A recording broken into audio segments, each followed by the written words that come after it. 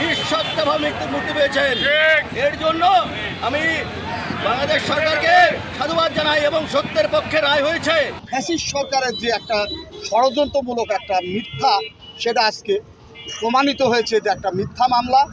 এই জন্য আমি ঈশ্বরদীবাসী এবং আমার প্রাণপ্রিয় নেতা জাকারিয়া পিন্টুর পক্ষ থেকে ঈশ্বরদীবাসীকে আমার প্রাণের নেতা জাকারিয়া পিন্টুর সালাম এবং ঈশ্বরদীবাসীকে ওনার আগমনের জন্য অপেক্ষার জন্য আমি অনুরোধ করব।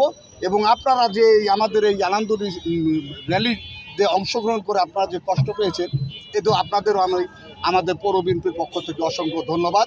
আমরা আমাদের নেতা জাকারিয়া পিন্টু সহ 47 জন নেতাকর্মী দীর্ঘ আজ 30 বছর একটি মামলায় 5.5 বছর 6 বছর তারা কারাবন্দী ছিল। শেখ হাসিনা, স্বৈরাচারী শেখ হাসিনা মিথ্যা বানোয়াট একটা ভিত্তিহীন মামলায়, যে মামলার আলামত হিসাবে একজন ব্যক্তি আহত, দুর্ঘটনা ট্রেনও আহত হয়নি, বাট সেই মামলায় ফরমাশি রায়ের মধ্য দিয়ে আমাদের এই নেতাগুলোকে কারাগারে বন্দী রেখেছিল।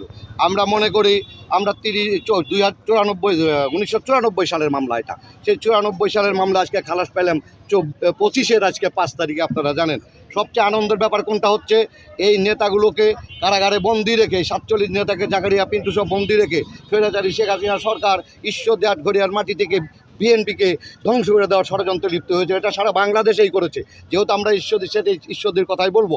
অতএব ইনশাল্লাহ আমরা কিন্তু 16 বছর জীবন যুদ্ধ করেছি, বাড়িঘরে থাকতে পারি নাই। জাকারিয়া পিন্টু যেখানেই থাকুক পলাতক জীবনযাপন, তার 16টি বছরই পলাতক ছিল, কারাগারে 5 বছর, কিন্তু 10 বছর সে কিন্তু পালাতকই ছিল। আমরা তার নেতৃত্বের দিক নির্দেশনায় সব সময় এই দলটাকে ধরে রেখেছি। আজকে আপনারা তার বাঁধ ভাঙা উল্লাস এবং জোয়ার দেখে বুঝতে পারছেন, এখনও কিন্তু আমাদের হাজার হাজার নেতাকর্মী ঢাকা গেছে, তারা ওই আজকে হাইকোর্টে, তারা ওখানে থাকা সত্ত্বেও আপনারা দেখেন বিএনপির লোক 16 বছরে শেখ হাসিনা কমাতে পারে নাই, বরং আরও বেড়েছে।